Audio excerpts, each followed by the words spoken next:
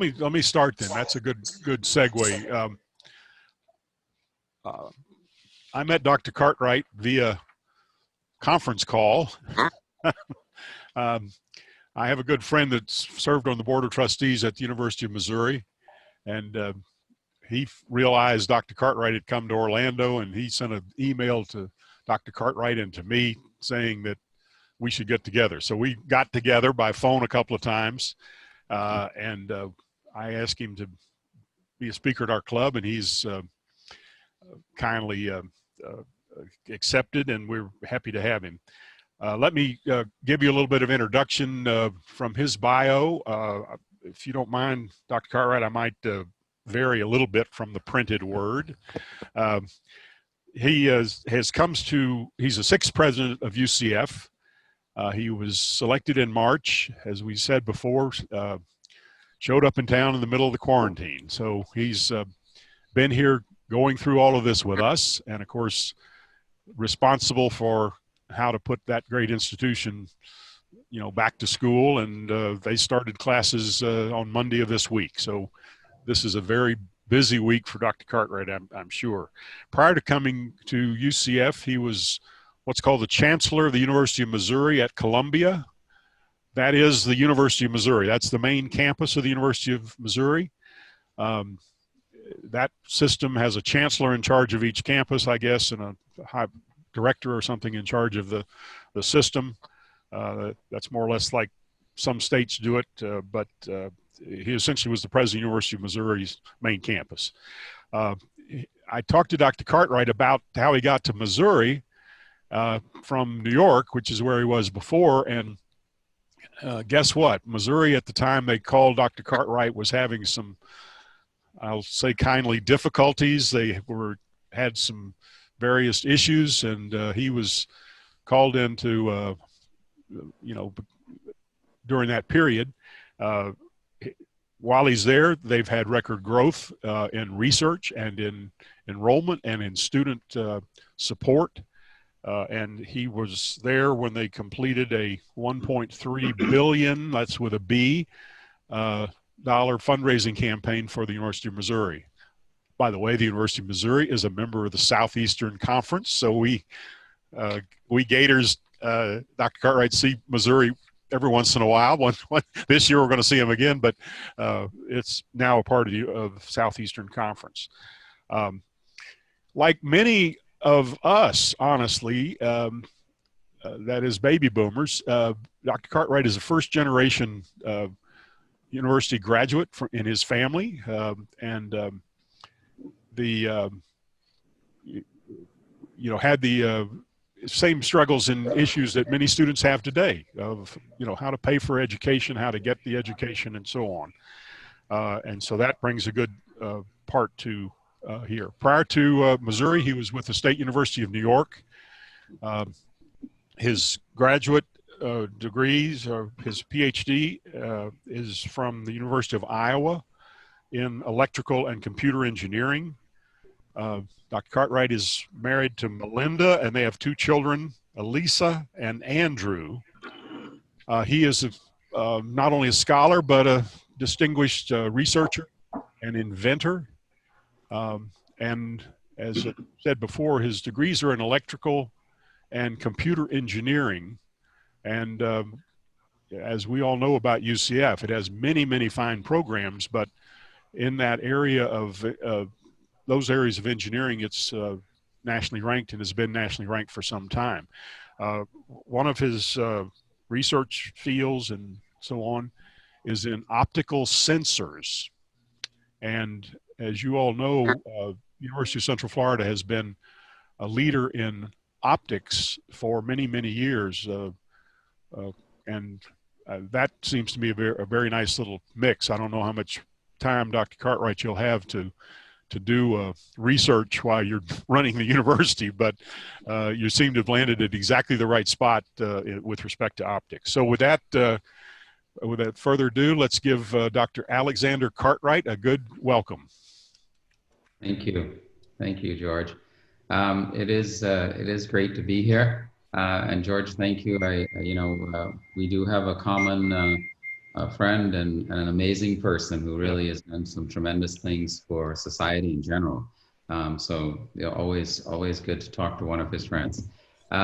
It's great to be here with all of you today, virtually. You know, I'd love to be able to meet you in person, and I really do look forward to that opportunity in the near future. You know, I know that a lot of you have interest in what's going on at UCF, and also in you know, understanding probably why I picked here. But I have to say that, you know, my wife and I feel extremely fortunate that we've been able to come here to UCF. I was not looking, and they, you know, as is usually the case, you know, people keep asking questions about, you know, coming to a particular position and considering a particular position. But I was so busy with my job at Mizzou that I really, you know, just didn't have time to think about this. And in a very strange way, the pandemic and when things started shutting down allowed me an opportunity to think about this. And the more that I learned about it, the more impressed I became about the institution, and more I realized the opportunity. And so I knew of UCF, as George said, I knew of UCF because of the optics, because of Creole. You know, my advisor was worked alongside the people who founded Creole at another institution. So when he went to Iowa and they came here, and I got my degrees from him. So I always had known about Creole and the great work that was happening here. So I had that in my mind. But since I've been here, I've learned so much more. There's a sense of community, collaboration, compassion that is certainly in this institution, but also within the region. And I'm starting to understand how much it really means to have those partnerships across this region, and the opportunity that exists because of the people that are here in Central Florida and the Orlando area. Partnerships make a big difference for any higher education institution, and the goal, of course, is common, right? We all want to think about how do you transform the lives of students and really make a difference in our community. And we're at an extremely difficult time right now, and people are struggling. The pandemic has affected people in so many ways, and our students have also been affected. And you know, I find it amazing how much they want to be a part of this institution, and how much they want to be located here at UCF. You know, I've gone around now this week to a number of different locations and met a number of different people on campus. And I would say right now I'm probably over 50% of those students that I've met. I asked them, you know, what in-person classes are they taking? And they said, all of my classes are remote. And I'm like, but you're living here. And they're like, yes, yeah, they wanted to be part of the campus. So they see the campus as more than just what the classes are. And that's actually the truth. You know this from your experience in colleges. You learn so much more than just what you're doing in the classroom. The things you do outside the classroom make a big difference. I will say this too, and George alluded to this, is that, you know, the appeal to me to come to this area, there was a number of things. One is, of course, I'm a native of the Bahamas. I was born and raised in the Bahamas. My family was there for hundreds of years. And yesterday I had a very strange experience in that I met a freshman who was in the honors college, and I went to speak with the honors students, and she said she was from the Bahamas, and I said, oh, what's your last name? And she said, Wells. And I said, that's my mom's maiden name. And I said, we're part of the Bahamas. Where's your family from? And she said, Long Island. And I'm like, my mom's from Long Island. And then I said, what town? I said, we're in Long Island. And then she said, Grace. And I said, my mother's from Grace, Long Island. And it's the exact same place. And turns out we're cousins. But it's just amazing. I mean, third cousins, so we don't really know each other, but it's amazing to see that the breadth of people that are here at this institution, and where we attract. That's what this university is about. met a lot of students who are first generation, and met a lot of students who really are moving into this area, learning how to go to college. And it's difficult. And when you have a pandemic on top of it, it makes it even more difficult. But I will say this, universities have always been the place where you can drive the economy, where you can think about building new innovations, bringing the talent together. And I believe that what will come out of this are new breakthroughs, new ways to do things. And universities are going to be at the center of that, and our students and our faculty will be at the center of that. And UCF has that entrepreneurial spirit, that can-do attitude that really sets this institution apart. And I'm happy to be here because it matches the way that I think. You know, when you think about academic and research programs at this institution that are nationally recognized, when you think about, as George said, the optics that was here, the engineering that is here, the large number of first generation and Pell eligible students, and the diversity of this institution, I knew very quickly that this was the right place for me to be. And I was so happy that it all worked out in the end. You know, when I look at our potential, I will say this, that I don't think, you know, like sometimes people go, okay, you know, we're gonna, you know, we'll become better, we'll become, you know, we'll move up in the rankings a little bit. I actually think that with the community partnerships and the things that we can do here, not only can this institution become a top 50 public national university, but I think it can go beyond that. I think it can become the top metropolitan university in the world. I believe that. We have everything that it takes to be exceptional. It's a matter of bringing all of that together and then really pushing forward. You already see that, right? As I heard the story about the Rosen School of Hospitality, you know, when it was started, the top schools in that area, you know, they thought this was just a little fly that was going to bother them once in a while, and they just kind of ignored it. And now it is ranked #1 in the country and #2 in the world. And that didn't take very long. And that's because we combined our strengths with the strengths of the region, and that made it so much better. The same thing with when you look at our aerospace and defense industry, we are the #1 supplier of graduates to that area. And that makes a huge difference, right? Is that we're making an impact on this country, and that'll continue to improve the quality of life and economic prosperity in this region. Those are things that we should do. We want to focus on where we have that differentiation. I always talk about differentiation and distinctiveness, and we need to think about that distinctive excellence, and those are the strengths that we're going to build on. And I think that it's not just within our academic excellence where we have that distinctive strength, but I think it's also within our culture. We can build a culture where everybody feels empowered to make a difference, and that's going to make everybody work even harder and want to be part of a successful university. And then when you look at this institution, I said, you know, one of the reasons that I moved here was because when I was interviewing, I talked about the fact that this university looks like the future of America. And if you look at our student body, that is the case. It looks like the future of America. Now, what we have to do is become that institution that shows how you really work as what we want the future of America to be. And so how do we bring everything together and really become that innovator, understand that there is incredible excellence from our differences, and that makes us smarter and makes us even more productive.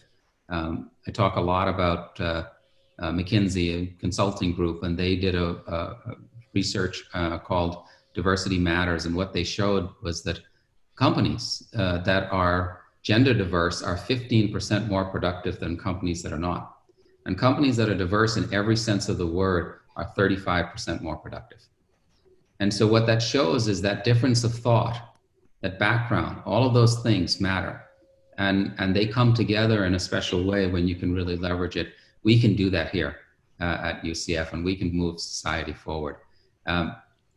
George said this, I started, you know, in the middle of a pandemic, and we had just, you know, I got here on April 13th, and there's a lot going on with COVID-19, and I have to acknowledge that, as president, the best thing that you can do is empower the people around you, because if it all funnels to me and I have to be making all the decisions, we would not be here today, where we are with students back on the campus, because I had to rely on people around me to make the right decisions, to understand what needed to be done around all of the things that we're doing, right? We looked at, how do we build an infrastructure that could support the differences that we might need to have in our classrooms, reduce the number of students in our classrooms, require facial coverings, physical distancing, encourage hand washing, decrease the number of opportunities people have to really, touch high touch areas. And we spent a lot of money on the campus just getting physical infrastructure in place, changing HVAC systems, being prepared for what's coming back. We also had the opportunity that we got CARES Act funding, and we were able to give out more than $25 million to our students, and 24,000 of our students actually benefited from that. But I can tell you that they still need additional help, because this is going to be a bad year for anybody who is in certain types of jobs. I saw a presentation about a week or two ago.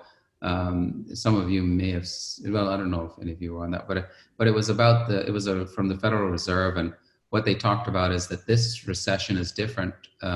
What's going on right now is different than what's happened in the past. In the past, what happened is when you have a recession, what you see is a decrease in the overall economy, and you see a decrease in the jobs that are, maybe mid-range to upper, and that everybody's suffering, and so they decrease the number of jobs. And then people from those areas go and get jobs in lower paying areas, service industries. Those service areas are just devastated. And so unlike the past, we don't have that. We just have a decrease in the total number availability of those jobs across the entire country. And in fact, mid-range salaries and upper have seen sort of a little bump.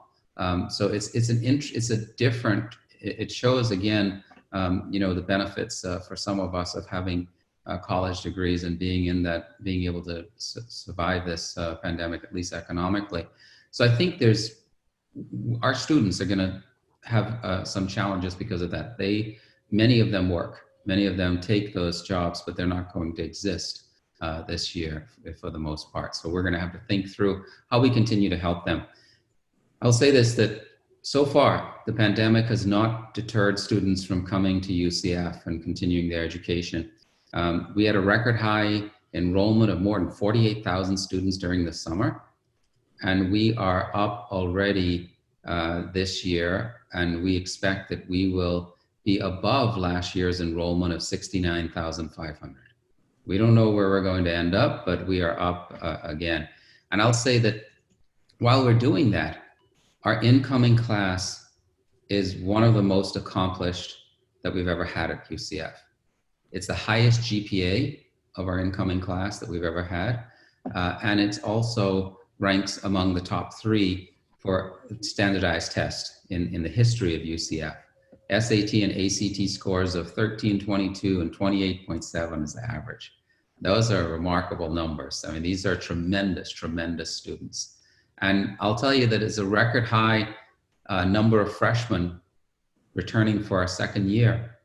For the first time ever, we've gone over 92% of our students returning in the second year. That is an amazing accomplishment. And that actually shows that we're really moving this institution forward. These past few months have been about leveraging technology, and we're lucky in that we started out, and I don't know how many of you know this, but I've said this a lot, is that, when it's good when you start from a position of strength, in that UCF was already ranked in the top 20 in the nation in terms of online programs. And so for us to switch to having much more activity online or remote, we're coming from a place of strength. We know how to do it. We do high quality programs in that area, and our digital learning program is significant. And so we had the resources, we had the talent to really help everybody else to move even more of our classes remote. right now we have about 3/4 of our classes are remote. And even with that, when you walk on our campus today, the campus is alive. Our students are around, and we are actually, we'll probably have less people on campus. We estimate that, at any one, the peak points of during a semester at UCF, typically we would have about 18,000 people in classrooms. Right now, we're probably only going to have about 3,000 people in classrooms. But the campus still, you can see some vibrancy around there. So a lot of things, a lot of hard work went into that. And I want to thank everybody that was involved in that. We also have people at this institution thinking about how we help the entire society. 3D printing of respirator masks, nanoparticle film that can catch and kill a virus, but also a cough drop, which is probably one of my favorite, that allows you to, it changes the saliva, so it helps to stop the spread of COVID-19. These are some of the things that are being worked on.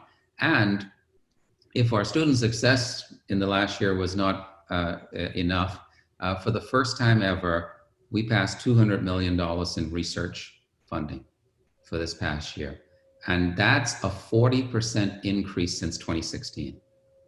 Not many institutions have seen that type of growth. And that says a lot about our faculty ingenuity.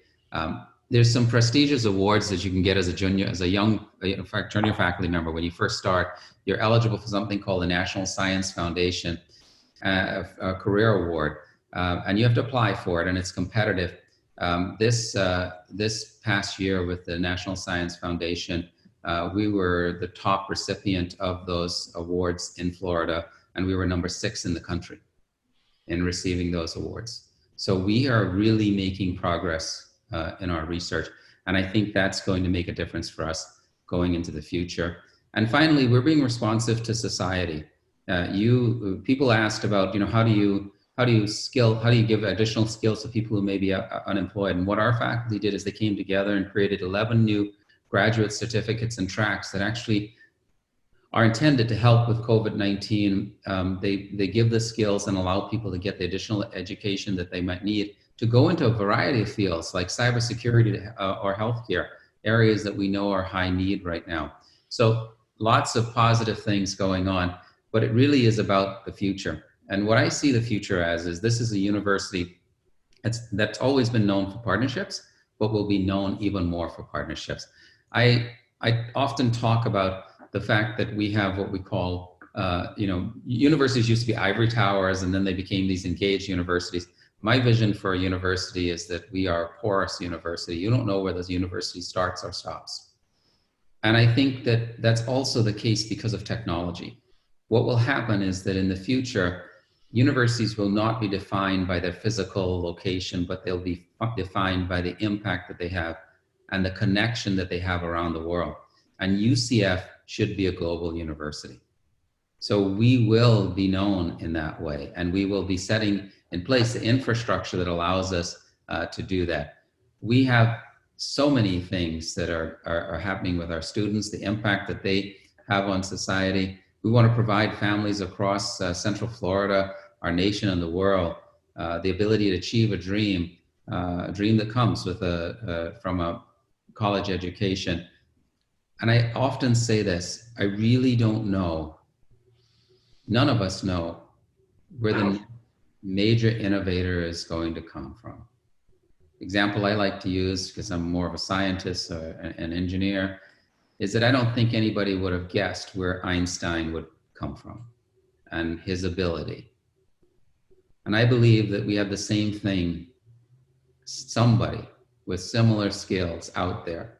It's our job as an institution to give them that opportunity. I don't know if they're going to be, someone from whatever zip code, but I know their skills are out there. Our job is to help them and to make it easy. And it's for the best interest of all of us that we give people those opportunities. They will transform the world for us. And universities, when they're interconnected with society, have the ability to do that.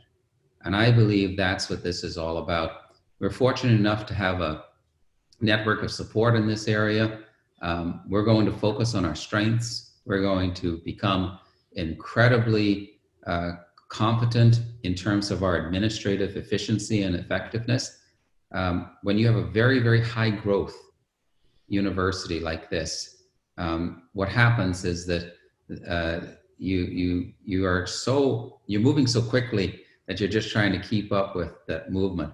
And what we need to do now is think about how do we put in place the infrastructure that can support almost 70,000 students and so many other faculty and staff. That needs to be put in place. Once that's put in place, you have the base that allows you to become exceptional. And then you start identifying where your real strengths are, the areas that you're known for being number one or potentially being number one in the world. And our goal should be that we are not going to just invest across everything. We're going to pick areas where, as I said, we don't just want to be okay in certain areas. We want to be the best in the world in some areas. And we're going to focus on those. And that's actually going to make a difference for this region. Any area we pick should be aligned with the desires, the strengths also of this region, because that's our advantage. That's a distinctive advantage of being a metropolitan university. And so we're going to continue to do that. We're going to continue to do it together with you. We're so fortunate to be here. I really do appreciate everything that you have done for UCF. I appreciate you for believing in us and the many contributions that you've made. And I look forward to the future. And for those of you who are UCF, I'd love to say, go Knights and charge on. Thank you. Dr. Cartwright has some time for some questions. We've asked you to try to put your questions, excuse me, in the chat, and we have several, Dr. Cartwright. Sure. Donovan Pyle, one of our members, is going to help me ask you some of those questions. Donovan, you want to start with one? Sure. Very good. Well, first of all, thank you, Dr. Cartwright, for coming. That was a great presentation and a great update for everyone. There seems to be a lot of talk about downward pressure on the price of tuition nationally. And I think people are wondering how UCF might respond to that. Is that something is that a problem you can grow your way out of? How do you plan to respond to that? So the way that we've been fortunate in Florida, I will say this, Florida's been fortunate in that this state values higher education, and there's been continuous support from the state for our public institutions. I think the challenge with tuition in general is we have to figure out ways that we can actually support our students at the same time that we are providing the highest quality education that we can. And to become a top tier research university, which we do want to do, you need to be thinking also about the fact that hiring those exceptional scholars, it's like any business, it costs money. And that drives the cost of the university, continues to drive the cost of the university up. And in addition, really terrific educators. And I will say this, I've found this to be the case, is that some of our best researchers are also our best educators. It goes hand in hand. And those people, to keep them, to retain them, again, there's cost associated with that. So as you see those increases going up in cost, one of the things I've done is, the first thing we've done actually is we've committed that we're going to decrease administrative costs across the university. So we'll drive down the administrative costs. Any savings is invested back then into the academic core. That goes towards hiring faculty, doing all the things that we need to do. And we know that we don't control, right? We don't control tuition, right? Tuition is determined through a process. And we're going to have to figure out ways that, given the tuition that it is, how do we then balance our budget and make sure we're providing the highest quality education with the lowest cost? So it is really thinking much differently about how you run a university and running it much more like you run your businesses. Yeah. Dr. Cartwright, another question that's kind of related to that, and the former legislator, I'll ask this question. What impact do you think that budget shortfalls or budget strains at the state level will have on the university, and what thinking has already gone into that? I'm sure you've been thinking about that already. Yeah, so there's a 6% holdback already in place, and so what we've had to think about too is, what impact is that having on us? And we've actually been planning scenarios for how we might manage that and what that means for the university. It's about $22 million, and we'd have to think of ways to address that.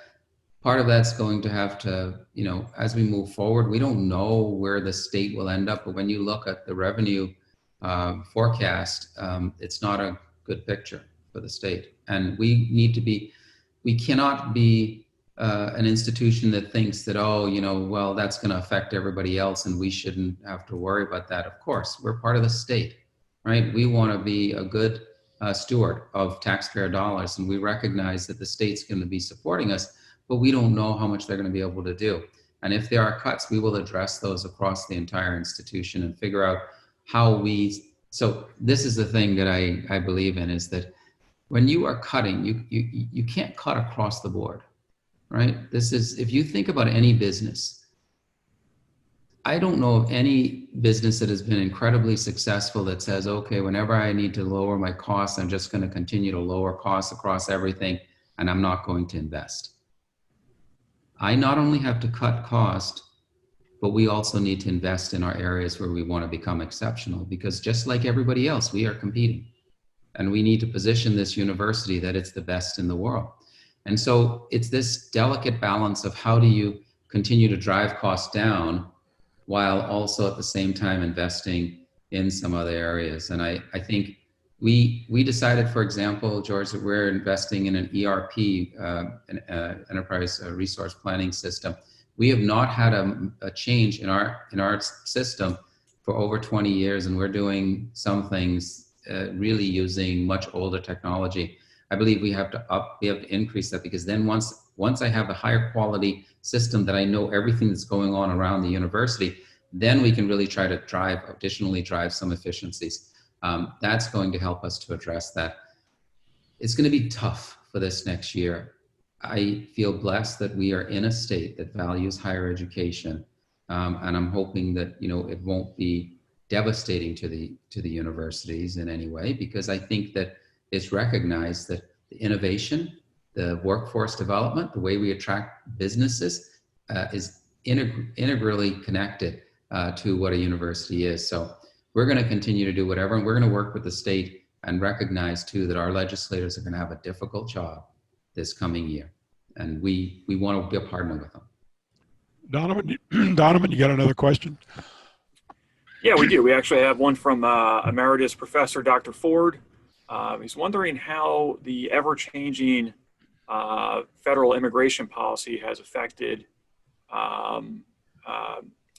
onboarding new students. That's a really, that's an insightful question from someone obviously who's been part of the university and understands this challenge. So don't give Dr. Ford too many credit. We want to keep him humble. So go ahead. Okay.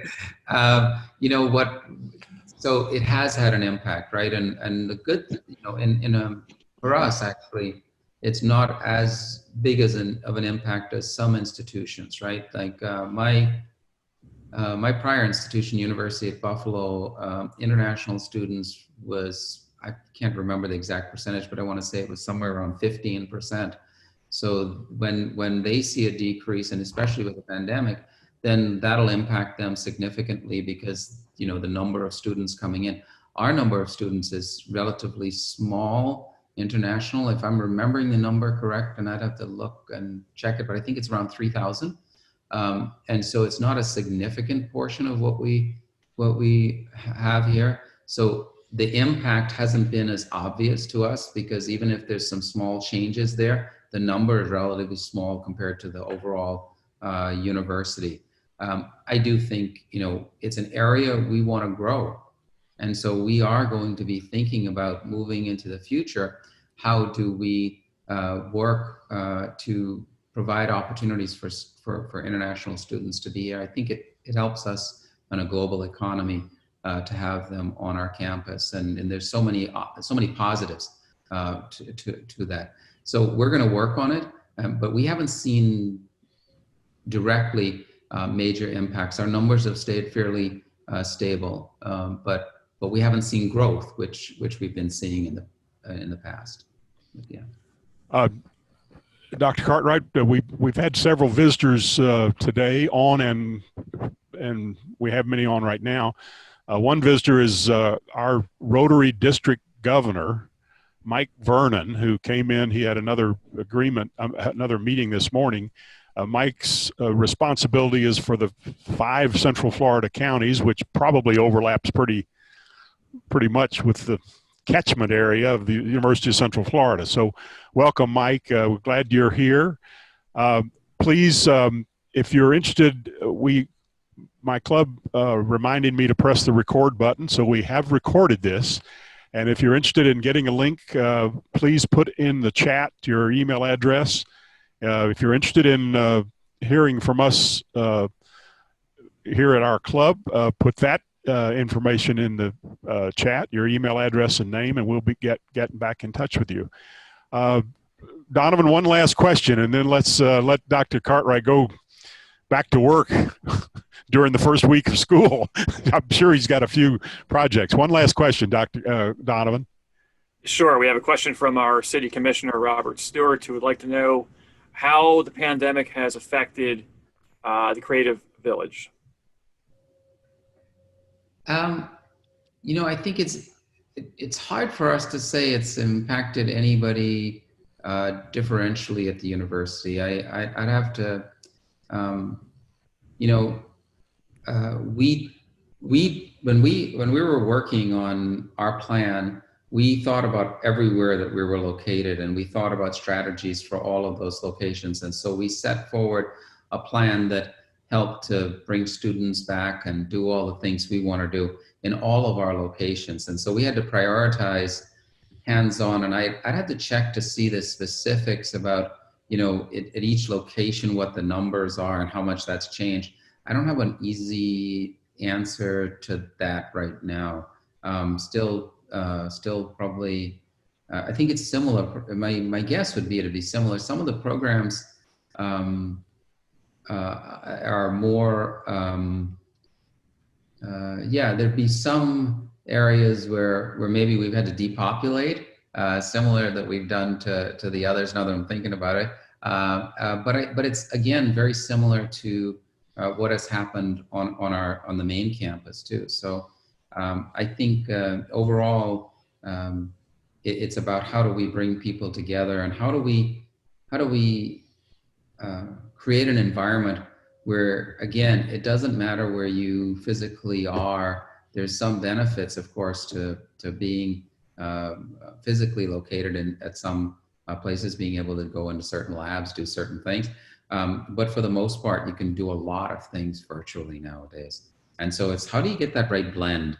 And I think that's what we're really focused on, and thinking too, by the way, about future. This is what I think is even more fascinating, right? Is that there's a lot of stuff that we're doing right now that are not going to go away. Yep. We're going to continue to do them because we've learned that they're the most efficient way to do things. And before we would never, for example, I don't think any president would have ever said, let's have a cabinet meeting and let's do it on Zoom. You'd think that could never work. Turns out it works really well. It turns out it's also more efficient for the university because they don't have highly paid individuals all trying to drive and find parking spots and get into a room together. Sure. They can sit in their office, we all get together, it's instant, and I save a lot of money for the university. So these are the things that we need to be doing. And so I think that's what we've learned through this whole process is how do we continue to become even better and capture all of those things, which is what UCF is known for. How do you capture all of the things that are new ways of trying to do things and embrace it and become a much stronger institution because of it? So that's what we're going to be doing. And I think that's happening in all of our locations, and to give a lot of credit to our faculty and our staff and also our students for being so receptive to trying to make this work as best we can. So thank you. Dr. Cartwright, one last question. You got on the screen now, and not only our screen, but your other places you've been, people from all over the region. We've got visitors from New York. We've got visitors from probably every county in Central Florida. What can we do to support the university? And I'd say that as Rotarians, because there's almost 50 clubs in this Central Florida area. Yeah. What can we do to help you as you support the university? You know, my view on universities and how you actually make a difference for a university is, I always talk about the fact that, to become exceptional as a university, you need to get your message out there. And you can do a lot of things. We can do marketing, we can do all of those things. But honestly, they're not nearly as effective as if you have a strong ground game. What you need is people who are out there talking about what's going on at UCF. We need to give you the tools to allow you to do that, to talk about the innovations, to understand what we are doing for all of our students, right? The fact that, we're able to have 69,500 students and still give high quality education. We've clearly figured out a way to do some things that are pretty innovative. So I would say embrace the university, talk to whoever you can about what it has done for this region so that everybody is understanding the benefit of having a university like UCF here. It makes a difference to this region. It makes a difference for Florida, and it'll make a difference for the world. And so I believe that the most effective plan to market, to communicate, is to have people speak one-on-one. So if you're willing to do that, if you're willing to talk to whoever, legislators, the public, the press, whoever, and talk about what is good at UCF and what we are doing that makes a difference, that'll be incredibly useful for us. And of course, as a fundraiser, I'd have to say, give money. No. and buy tickets. Thank you, Dr. Cartwright. Miguel, we'll turn it back over to you to end the meeting. The meeting will be, is recorded and will be available. If you're interested in us sending you a link to the meeting, please put your name in the chat. Otherwise, it'll be available to our members through our channels. But if you're interested in this special link to the program, please put your name and email address in the chat.